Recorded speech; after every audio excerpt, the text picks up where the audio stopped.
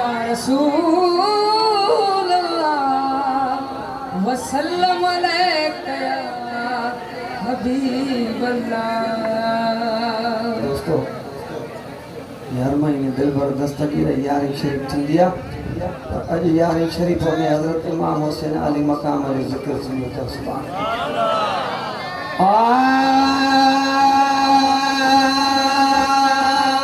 अफसोस इमाम जो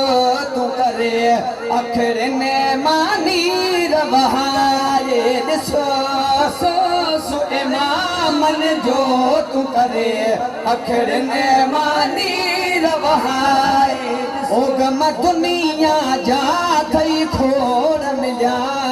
दुनिया जा थई खोड़ मिलिया हिन गम में जन्नत डमाए ओ गम दुनिया जा थई खोड़ मिलिया गम में जन्नत कमाए अफसोस इमाम जो तू करे अखर ने मानी रवाए और भले जे किसे के याद करे अखरन मागो रगड़ी पमदे भले जे किसे के याद करे अखरन मागो रगड़ी पमदे अखरन मागो रगड़ी पमदे रब्बो राजी रब्बो झट थी पमदे राजी रब्बो झट थी पवने फिले मोमिनो थी मल्हारे दिसो अफसोस इमाम जो तू अरे अखर ने मानी रवाए ओ गम दुनिया जा थई खोड़ मिला कम दुनिया जा थई खोड़ मिला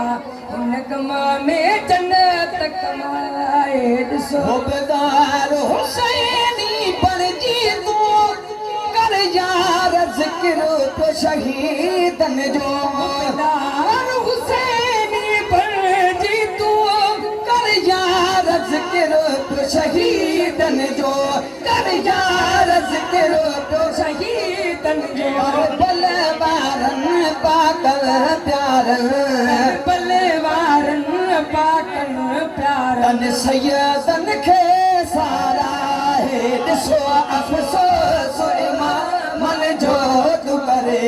अखर ने मानी रवाए अदा गम दुनिया जा थई खोड़ मिलिया कम में जन्नत कमाए ॾिसो सब सूर सगी जो इमाम है बचड़न सू देख सलाम है सूर सगी जो इमाम है बचड़न सू देख सलाम है बचड़न सू देख सलाम है ओ बचड़न सू देख सलाम है असां जे लए वञी करे बल में सांझे ले वञी कर पल में कुर्बानी ॾिनी तह आहे ॾिसो अफ़सोस इमामन जो तू करे अखर ने मानी रवाए ॾिसो गम दुनिया जा थई खोड़ मिलिया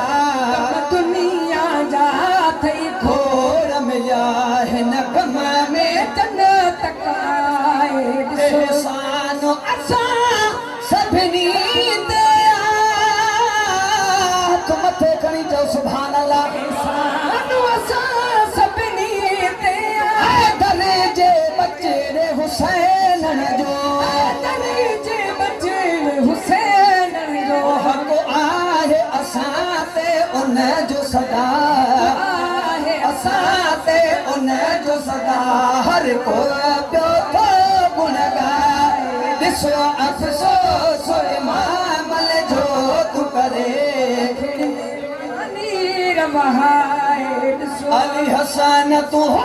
मेरो हाफ़िज़ तुझे वार खे ईंदो न तो हाफ़िज़ हसन तू मेरो हाफ़िज़ तुझे वार खे ईंदो न तो हाफ़िज़ नबीअ जे नवासे जी नंगदार नबीअ जे